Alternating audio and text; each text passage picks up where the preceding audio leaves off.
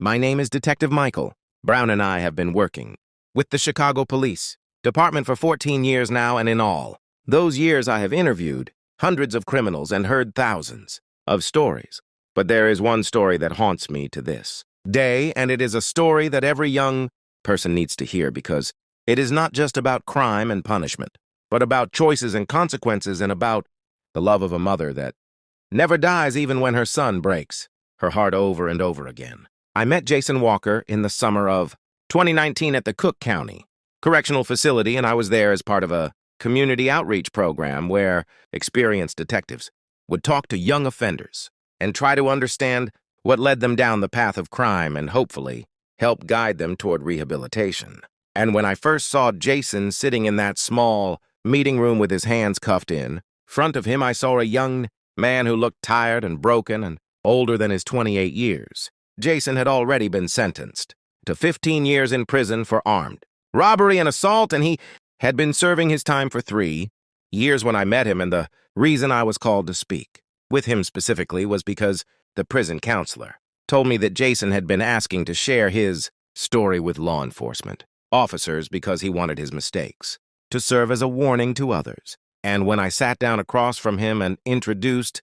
myself, Jason looked at me with eyes that carried so much regret and pain, and he said, "Detective, I want to tell you everything, and I want you to share my story with every kid out there who thinks they know better than their parents, because I thought I knew better, and now I am here. And my mother is dead, and I will never get the chance to tell her I am sorry." So I listened, and over the next 4 hours, Jason Walker told me his story. And I took notes, and I asked questions, and by the end of it, I understood why the prison counselor had insisted I meet him, because Jason's story was not unique in its events, but it was powerful in its honesty and its raw emotion. And now I want to share that story with you in my own words, based on everything Jason told me that day and based on the follow-up conversations I had with him over the next 2 years, because this is a story that needs to be heard. Jason Walker was born in the south side of Chicago in 1991, and he came from what people call the projects,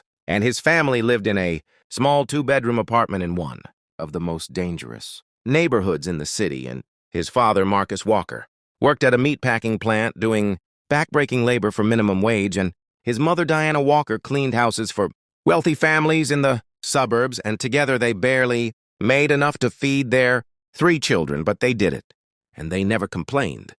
and they always made sure their kids knew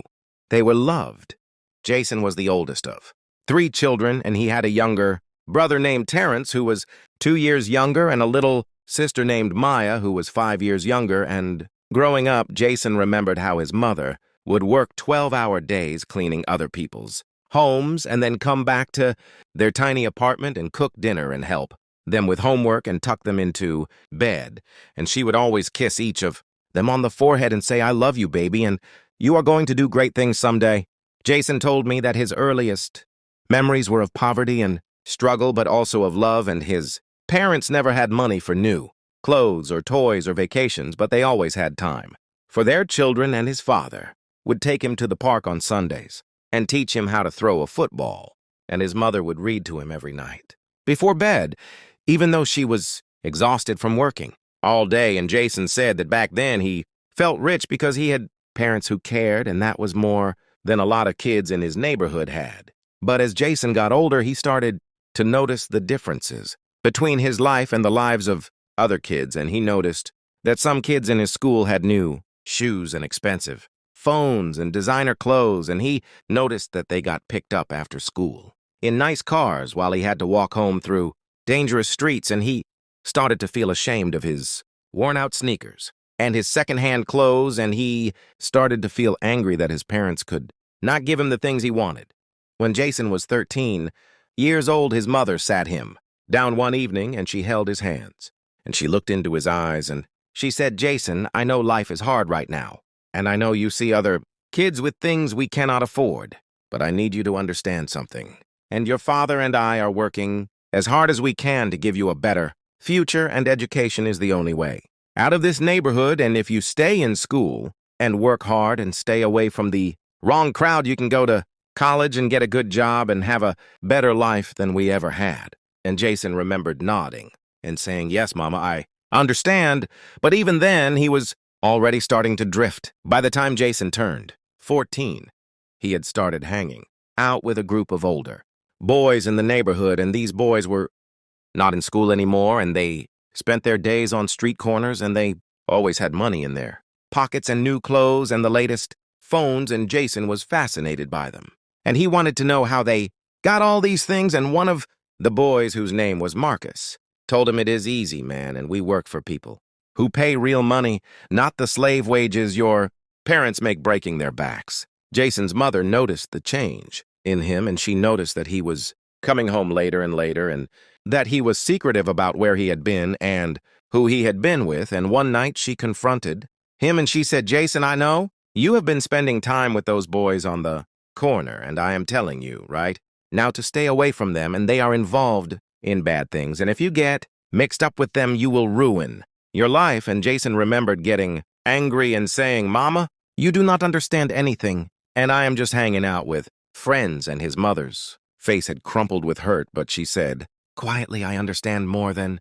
you think, baby, and I am your mother, and I am trying to protect you." But Jason did not listen, and he continued hanging out with the older boys, and by the time he was 15, he had been introduced to a man named Tyler Jones, who was 22 years old and was a mid-level dealer for one of the local gangs. And Tyler was everything Jason thought was cool, and he had a nice car and expensive jewelry, and he always had a roll of cash in his pocket, and girls were always around him, and Tyler took a liking to Jason, and he started giving him small jobs to do. The first job Tyler gave Jason was simple, and he just needed Jason to stand on a corner and watch for police cars, and if he saw any police, he was supposed to send a text message to a certain number, and that was it. And for doing this for 2 hours, Jason was paid $100, and it was more money than Jason had ever held in his hands, and he remembered feeling powerful and important, and thinking that this was so much easier than working hard like his parents did. Jason did not tell his parents about the money, and he hid it in his room, and a few days later he used some of it to buy his little sister Maya a new doll that she had been wanting. And when Maya hugged him and said, "Thank you, Jason, you are the best brother ever," he felt good about himself, and he told himself that he was helping his family. And his mother looked at him suspiciously when she saw the doll, and she asked Jason, "Where did you get the money for this?" And Jason lied and said, "I did some yard work for a neighbor," and his mother's eyes narrowed, and she said, "Jason, do not lie to me. And where did this money really come from?" Jason got defensive and angry, and he said, "Why do you always think I am lying, and why can I not do something nice for my sister?" And his mother said softly, "Because I know you, baby, and I know when you are keeping secrets from me, and please tell me you are not involved with Tyler." Jones, and Jason felt his stomach drop because he did not realize his mother knew about Tyler, and he said, "I am not involved in anything. Mom and I just made some honest money." And his mother looked at him for a long moment, and then she said, "I am praying for you every day, Jason, and I am praying that you will make the right choices, because once you start down the wrong path, it is so hard to come back." But Jason ignored his mother's warning, and he continued working for Tyler. And over the next few months, the jobs became more frequent and more serious, and Jason graduated from being a lookout to making deliveries, and he would take small packages from one location to another, and he knew the packages contained drugs, but he told himself that he was not actually selling drugs, so it was not that bad, and Tyler was paying him $300 per delivery, and Jason was making more money in a week than his father made in a month. Jason started buying things for himself, and he got new sneakers and new clothes and a new phone, and when his mother asked him about it, he lied and said he had gotten a job at a grocery store, stocking shelves, and his mother did not believe him, but she did not know how to prove he was lying, and Jason could see the worry and fear in her eyes every time she looked at him, and it made him feel guilty, but not guilty enough to stop. One day, Jason came home and found his mother crying at the kitchen table, and he asked her what was wrong, and she looked up at him with red, swollen eyes, and she said, "Jason, I ran into Mrs. Patterson today, and she told me she saw you getting into Tyler Jones's car, and she told me everyone in the neighborhood knows that Tyler is a drug dealer and that young boys who work for him end up dead or in prison, and Jason, I am begging. You please tell me you are not involved with him. And Jason felt anger rising in his chest, and he said, Mrs. Patterson does not know what she is talking about, and she is just a nosy old woman. And his mother stood up and grabbed his shoulders, and she said, Jason, I am your mother, and I love you more than life itself. And I am telling you that if you continue on this path, you will destroy yourself, and you will destroy this family. Jason pulled away from her, roughly, and he said, you do not understand anything, and you and Dad have been working your whole lives, and you are still poor and still struggling, and I am not going to end up like you, and I am going to make real money and have a real life. And his mother's face went pale, and she said quietly, is that what you think of us, and that we are failures because we work honest jobs? And Jason immediately regretted his words, but his pride would not let him take them back, and he said, I did not mean it like that. And his mother said, yes, you did. And she turned and walked into her bedroom and closed the door, and Jason heard her crying. That night, Jason could not sleep because his mother's words kept echoing in his head, and he knew he had hurt her deeply. But he told himself that she just did not understand the world, and that he was smarter than she gave him credit for, and he convinced himself that he could make money for a while and then get out and go to college and make something of himself, and he believed his own lies. When Jason turned 16, Tyler offered him a bigger role in the operation, and Tyler said, Jason, you have been reliable and smart, and I want to bring you into the inner circle, and we need someone to help manage the younger kids and make sure they are doing their jobs right, and I will pay you $1,000 a week. And Jason's eyes went wide because $1,000 a week was more money than he had ever dreamed of making, and he said yes without hesitation. Jason's new job meant that he was now directly involved in the drug operation, and he was managing a crew of younger boys who were lookouts and runners, and he was reporting directly to Tyler and collecting money and keeping track of inventory, and Jason felt important and powerful and respected, and the other boys in the neighborhood looked up to him and asked him for advice, and Jason loved the feeling. But with the increased responsibility came increased danger, and Jason started carrying a gun because Tyler told him that in this business you need to be able to protect yourself in the merchandise. And Jason remembered the first time he held the gun and how heavy it felt in his hand and how scared he was, but also how powerful he felt, and he told himself he would never actually use it, that it was just for protection. Jason's mother knew something was very wrong, and she could see that Jason was coming home later and sometimes not coming home at all, and she could see that he always had money and new clothes, and she knew that no legitimate job would pay a 16-year-old that kind of money. And one evening when Jason came home, she was waiting for him in the living room with his father, and they sat him down, and his father said, Jason, we know what you are doing, and we know you are working for the gangs, and you need to stop right now before it is too late. Jason felt cornered and defensive, and he said, you do not know anything, and you are just assuming things. And his father's voice got louder, and he said, do not lie to us, boy, and we are not stupid, and everyone in the neighborhood knows you are running with Tyler Jones and that you are selling poison to your own people. And Jason shot back and said, at least I am making money, and at least I can afford to buy things and take care of myself. And his father stood up, and his face was red with anger. And he said, if you do not stop this right now, you are going to end up in prison or dead. Jason's mother started crying, and she said, Jason, please listen to your father, and we love you, and we are trying to save you. And Jason felt his heart breaking seeing his mother cry, but his pride and his anger were stronger, and he said, I do not need saving, and I am fine, and you both need to stop worrying about me. And he stormed out of the apartment and slammed the door behind him, and he did not come home for 3 days. When Jason finally came back home, his mother was waiting for him, and she looked like she had not slept, and her eyes were red from crying, and she hugged him tightly. And she said, Jason, I thought I had lost you, and I was so worried. And Jason felt guilty, but he pulled away and said, I am fine, Mama, and I was just staying with friends. And his mother said, Jason, I need you to promise me something, and promise me that you will think about your future, and promise me that you will not throw your life away for money that will not last. And Jason said, okay, Mama, I promise, but he did not mean it. The next 2 years were a blur of crime and money and close calls with the law, and Jason got arrested twice for possession, but both times he was a juvenile. So he just got probation and community service, and Tyler told him that he was lucky and that he needed to be more careful. And Jason became more careful and more calculated, and he learned how to avoid police and how to spot undercover cops and how to keep his activities hidden. But the violence was escalating, and there were rival gangs fighting for territory, and there were shootings and stabbings, and Jason saw things that gave him nightmares. And he saw a boy he knew get shot in the head over a drug corner, and he saw another boy get beaten so badly that he ended up in a coma, and Jason started to feel afraid.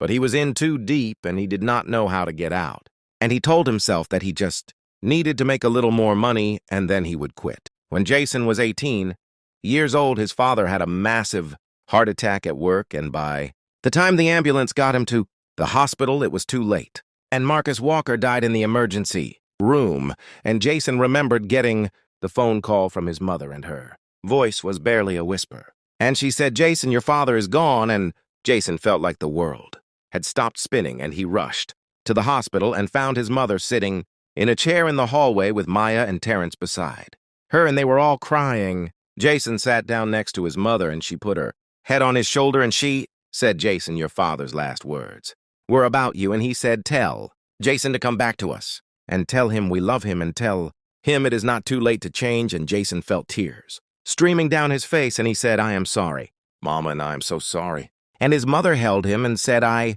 know, baby, and I know, and your father knew too, and he just wanted you to be safe and to be happy." At his father's funeral, Jason stood by the casket and looked at his father's face, and he made a promise. And he said out loud, "Dad, I am going to change, and I am going to take care of Mama and Maya and Terrence. And I am going to make you proud." And several people at the funeral heard him and nodded approvingly. And his mother squeezed his hand and whispered,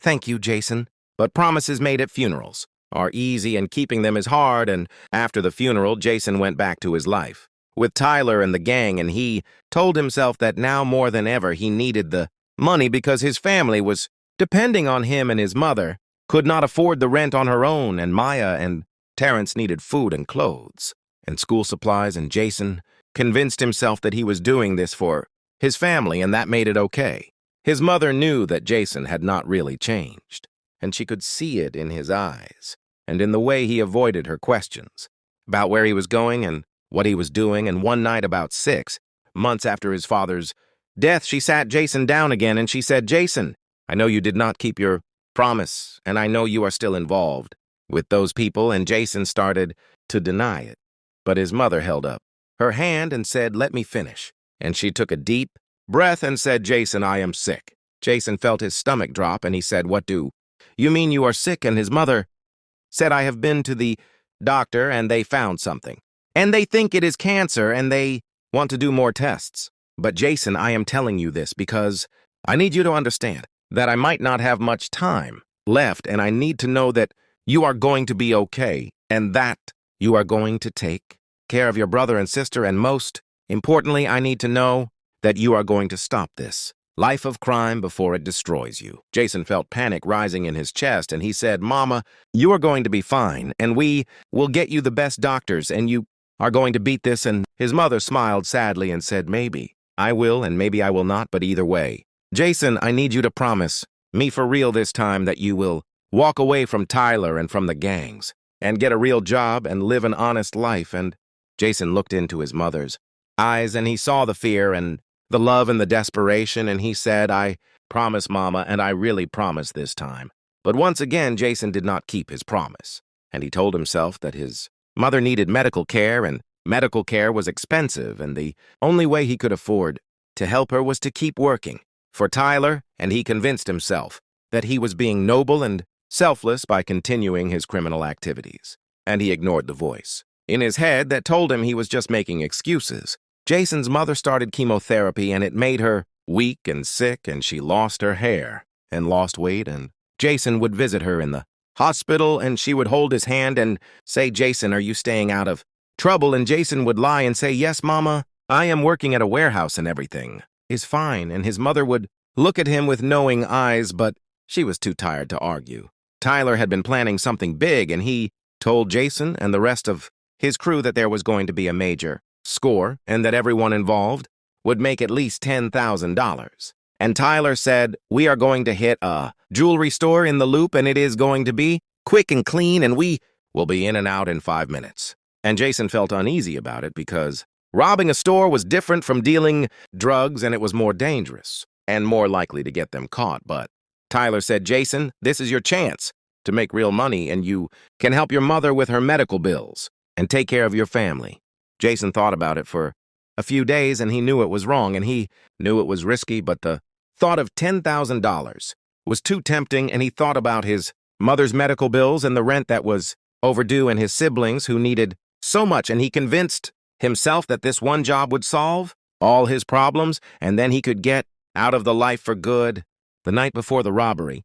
Jason went to visit his mother in the hospital, and she looked so frail and small in the hospital bed, and her eyes lit up when she saw him. And she said, "Jason, my baby, and come, sit with me." And Jason sat beside her bed and held her hand, and she said, "Jason, I have been thinking about you so much,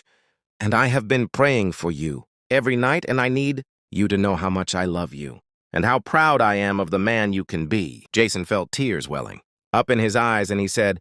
"I love you too, Mama." And his mother squeezed his hand weakly, and she said, "Jason, I need to tell you something, and I had a dream last night, and in the dream I saw you walking down a dark road, and I was calling out to you to come back, but you could not hear me, and Jason, I woke up so scared because I felt like I was losing you." And Jason said, "Mama, it was just a dream, and I am right here." And his mother said, "I know, baby, but promise me you will be careful, and promise me you will not do anything foolish." Jason felt a chill run down his spine, and he almost told his mother about the robbery, but instead he said, "I promise, Mama, and I will always be careful." And his mother said, "Good, and now give me a kiss because I am tired and need to rest." And Jason kissed his mother on the forehead, and she whispered, "I love you, Jason, and never forget that no matter what happens, I will always love you." And Jason said, "I love you too, Mama," and he walked out of the hospital room, and that was the last time he ever spoke to his mother as a free man. The night of the robbery was cold, and Jason remembered every detail with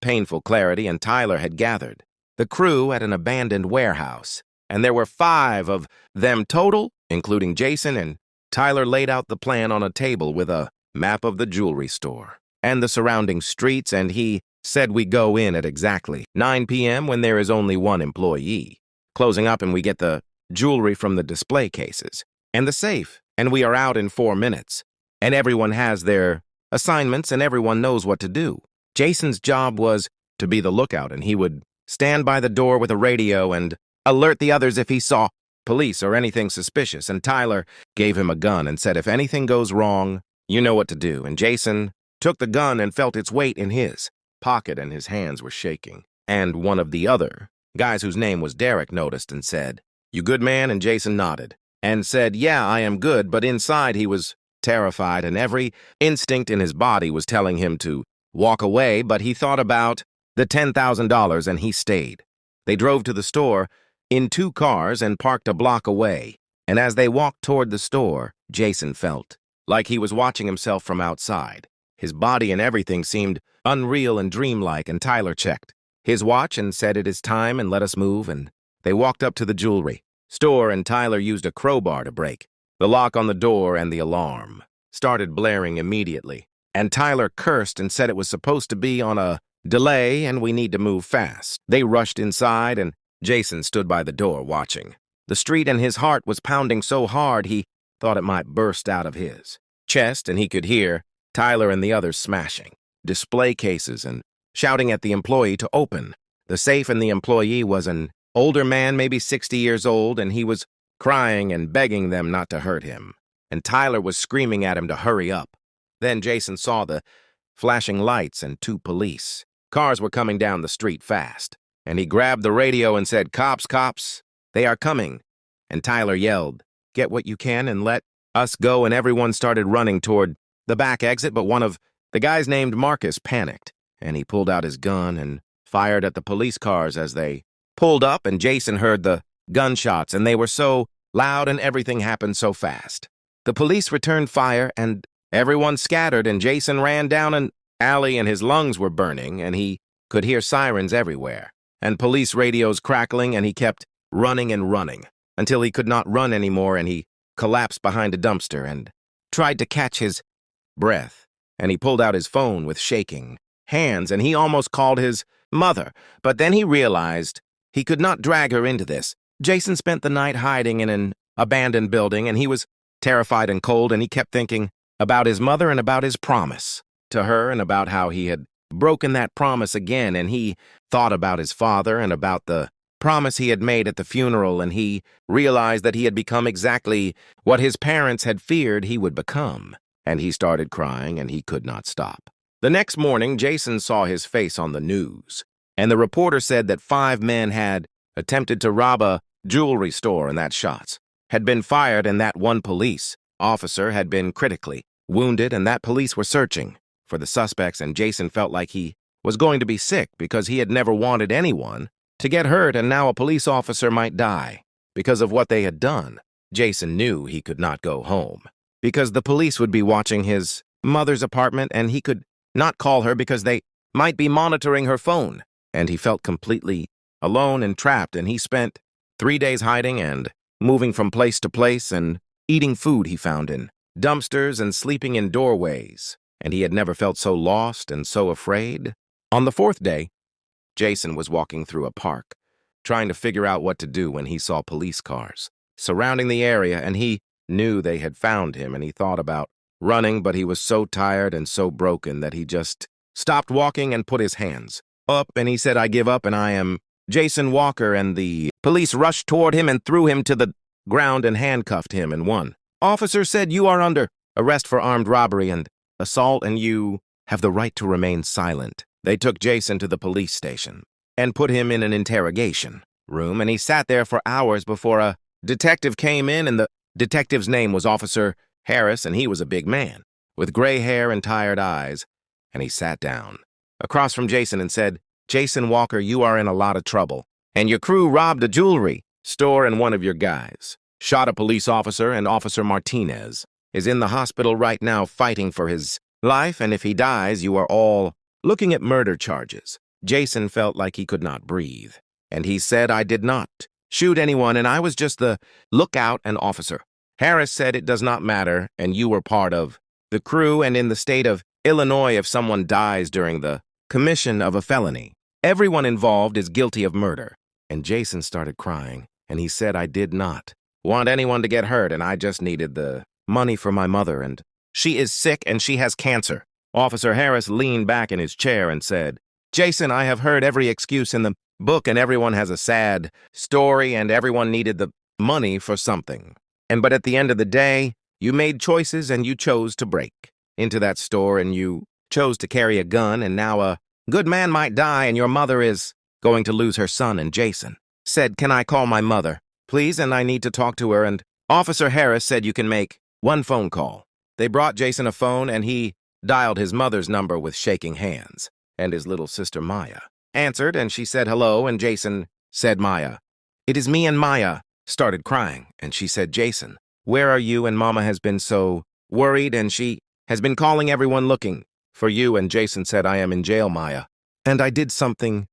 really bad, and I need to talk to Mama." Maya said, "Jason, Mama is in the hospital, and she got really sick 2 days ago." And they had to admit her and Jason felt his world collapsing. And he said, "What hospital?" And Maya told him, and Jason said, "Maya, please tell Mama that I love her and that I am so sorry." And Maya was crying, and she said, "Jason, what did you do?" And Jason said, "I made a terrible mistake, and I should have listened to Mama, and now it is too late." Jason gave the phone back to Officer Harris, and he said, "I need to see my mother, and please, I am begging you, and she is dying, and I need to see her before it is too late." And Officer Harris looked at him for a long moment and said, "Jason, you are facing very serious charges, and I cannot just let you go to the hospital, but I will see what I can do." They kept Jason in jail for 2 weeks before his court hearing, and every day he asked about his mother, and every day they told him there was no news, and Jason felt like he was losing his mind because he needed to know if she was okay, and he needed to tell her he was sorry. And finally,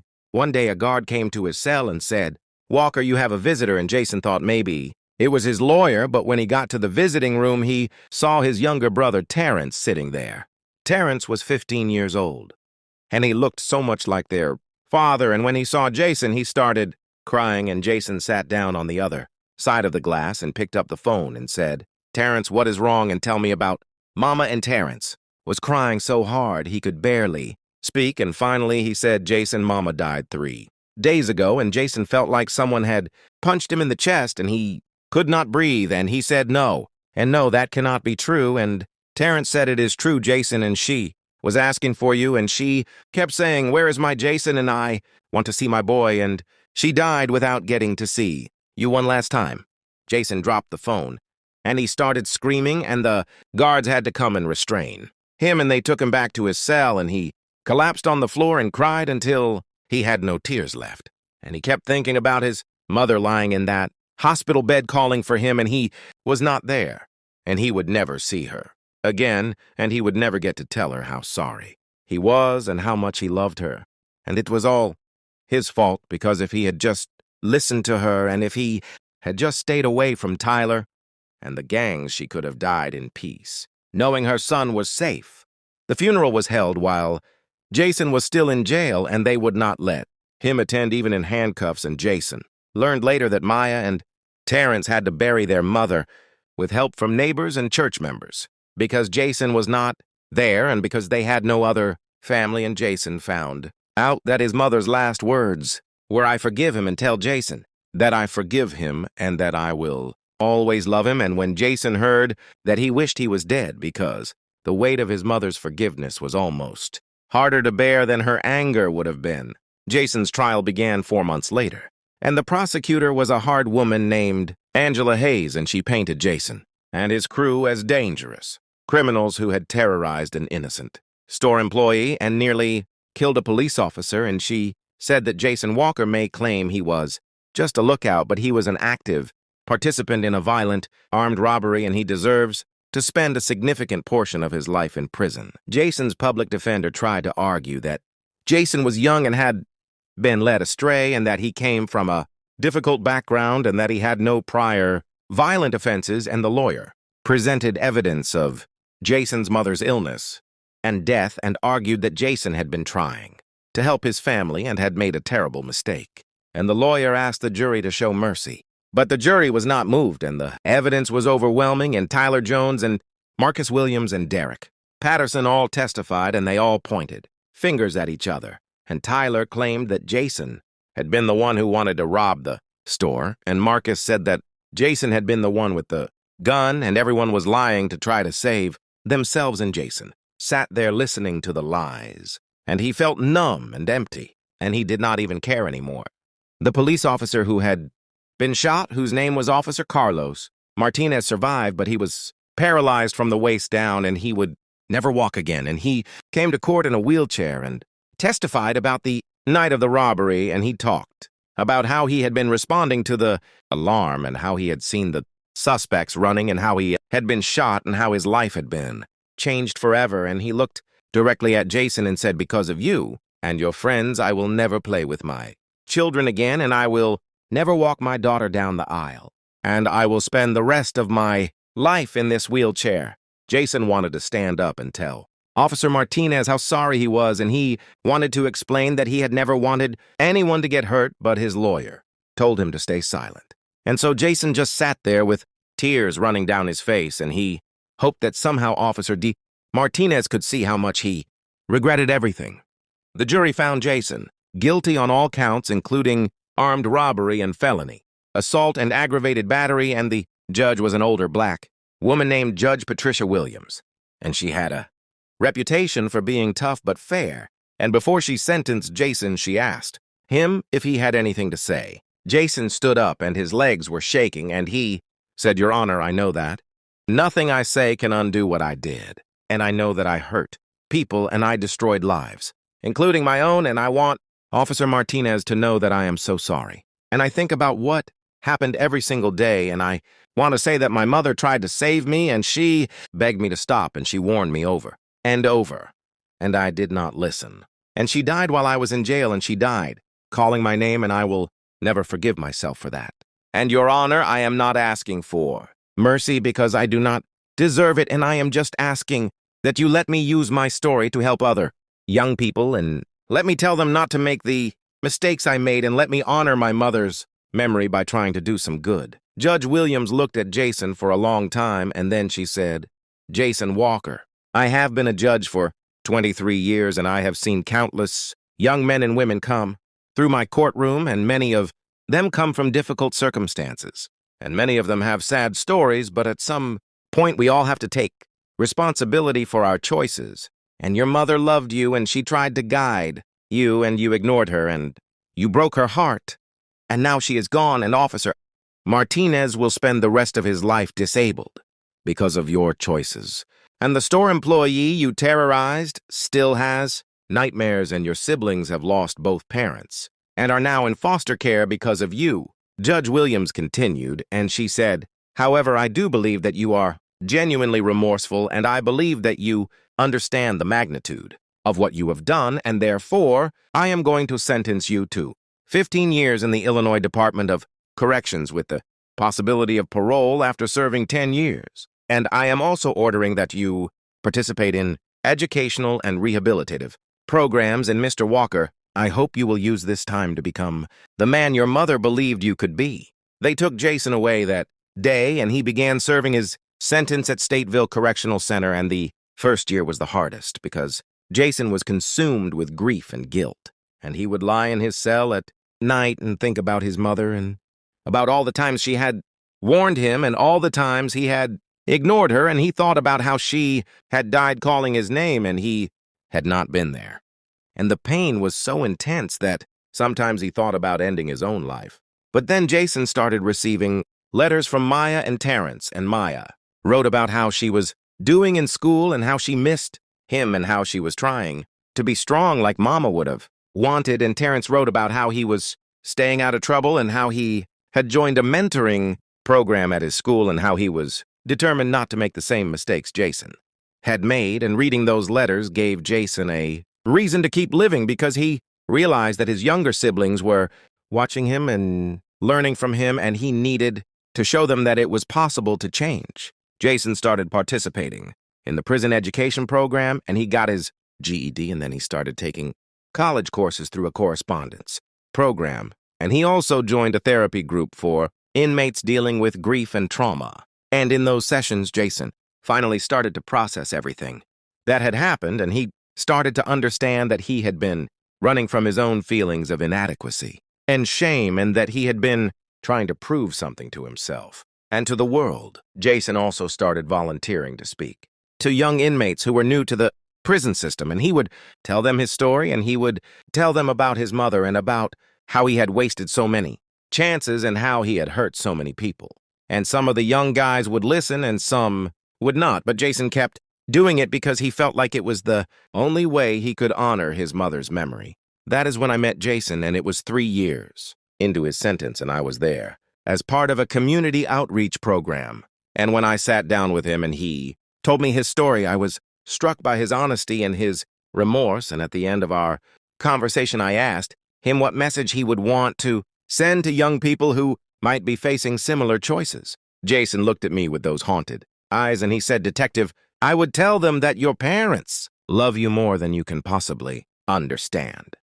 And they have lived longer than you, and they have seen more than you, and when they warn you about something, it is because they are trying to protect you. And I would tell them that fast money and respect from the wrong people is not worth losing your freedom and your family and your soul. And I would tell them that crime is not a shortcut to success. It is a dead end that leads to prison or death. And most importantly, I would tell them to listen to their mother, because one day she will be gone and you will not get another chance. I have stayed in touch with Jason over the years, and I have visited him several times, and I have watched him transform from a broken young man into someone who is genuinely trying to make amends. And Jason completed his bachelor's degree in social work while in prison, and he has been a model inmate, and he has helped countless other inmates turn their lives around, and he is eligible for parole next year after serving 10 years of his 15-year sentence. Jason's younger brother, Terrence, is now 23 years old, and he graduated from community college, and he works as a youth counselor helping at-risk kids in Chicago. And he visits Jason regularly, and he has told Jason that he is proud of him for changing his life. And Maya is now 21, and she is studying nursing, and she wants to work in oncology to help cancer patients like their mother. And she has forgiven Jason, and she writes to him every week. Tyler Jones was sentenced to 25 years for his role in the robbery and for shooting Officer Martinez and Marcus. Williams got 18 years, and Derek Patterson got 15 years, same as Jason, and all of them are still serving their sentences, and none of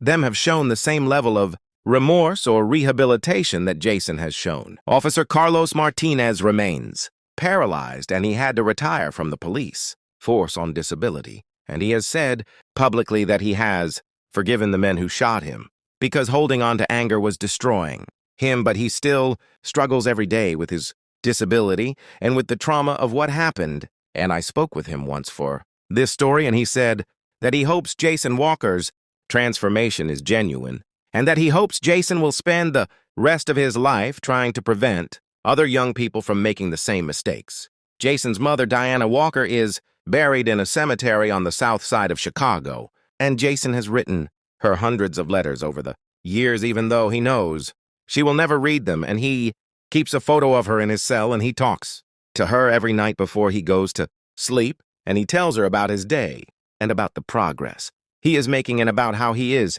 trying to become the man she always believed he could be. I asked Jason during one of my visits what he would say to his mother if he could speak to her one more time, and he thought about it for a long moment, and then he said I would tell her that she was right about everything, and I would tell her that I am so sorry for breaking her heart and for wasting the sacrifices she made for me, and I would tell her that I am trying to honor her memory by helping others and by being a better person, and I would tell her that I love her and that I think about her every single day and that her love is what keeps me going even now. Jason also told me that his biggest fear is that when he gets out of prison, he will not be able to make a real difference, and that his past will follow him everywhere, and that employers will not hire him, and that society will never give him a real second chance. And I told him that the path will not be easy, but that if he stays committed to change and if he uses his story to help others, then he can still have a meaningful life. As I finish writing this story, I want to be clear about something. And I am not telling you Jason Walker's story to make excuses for what he did, and what he did was wrong, and it had real consequences for real people. And Officer Martinez will never walk again in the jewelry store. Employee still has trauma, and Jason's own family was destroyed. And those are facts that cannot be changed. But I am telling you this story because I believe it contains important lessons, and the first lesson is that your parents are not your enemies, and they are not trying to ruin your life when they set boundaries and give you advice, and they are trying to protect you because they love you and they have wisdom that you do not have. Yet and Jason's mother, Diana, knew that Tyler Jones was dangerous, and she knew that the gang life would destroy her son, and she begged him to listen, and he did not, and now she is dead and he is in prison. The second lesson is that there are no shortcuts in life, and Jason thought he could make fast money and skip all the hard work that his parents did, and he thought he was smarter than everyone else, and he thought he could get in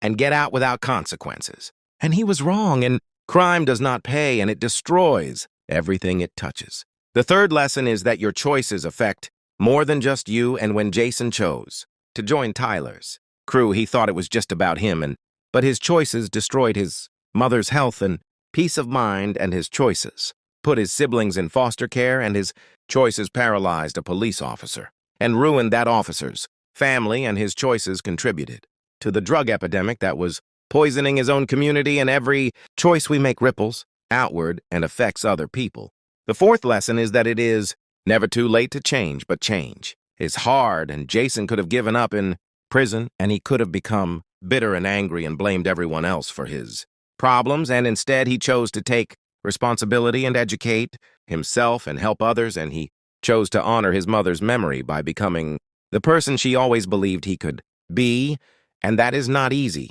and it takes courage and commitment every single day. I want to end by talking directly to any young person who might be watching this and who might be facing similar temptations. And if you are hanging out with people who are involved in crime, I am telling you right now to walk away, and I do not care how cool they seem or how much money they have, and they are leading you down a path that ends in prison or death. And there are no exceptions to this rule. If your parents or your teachers or your mentors are warning you about certain people or certain activities, please listen to them. And I know you think you know better, and I know you think you are invincible. But you are not, and Jason Walker thought the same things, and now he has lost 15 years of his life, and his mother died without him, and there is no amount of money or respect that is worth that price. If you are struggling financially, I understand, and I grew up poor too, and I know what it is like to want things you cannot afford, but there are legal ways to make money, and there are programs and scholarships and opportunities if you are willing to work hard and seek them out, and crime is not the answer, and it never has been, and it never will be. And finally, I want to say this, and if you are blessed enough to still have your mother in your life, please do not take her for granted, and tell her you love her and listen to her advice and make her proud, because one day she will be gone and you will not get another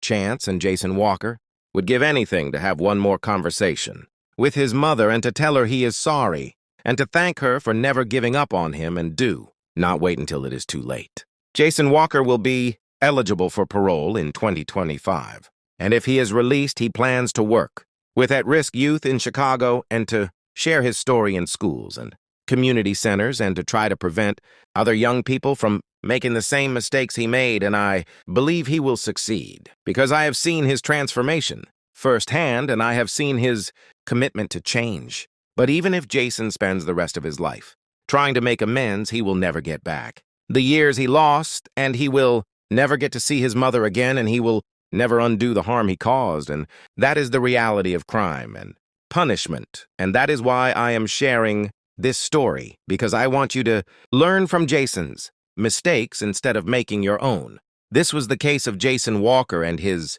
mother, Diana Walker, and the lessons about choices and consequences, and the love of a mother that never dies. And I will carry this story with me for the rest of my career, because it reminds me that behind every criminal there is a human being, and behind every crime there is a story, and sometimes those stories can teach us how to live better lives and make better choices. Thank you for listening, and if this story affected you, I encourage you to share it with someone who needs to hear it. And if you want to hear more cases like this, please subscribe, because I have many more stories that need to be told. And remember that your choices today will determine your future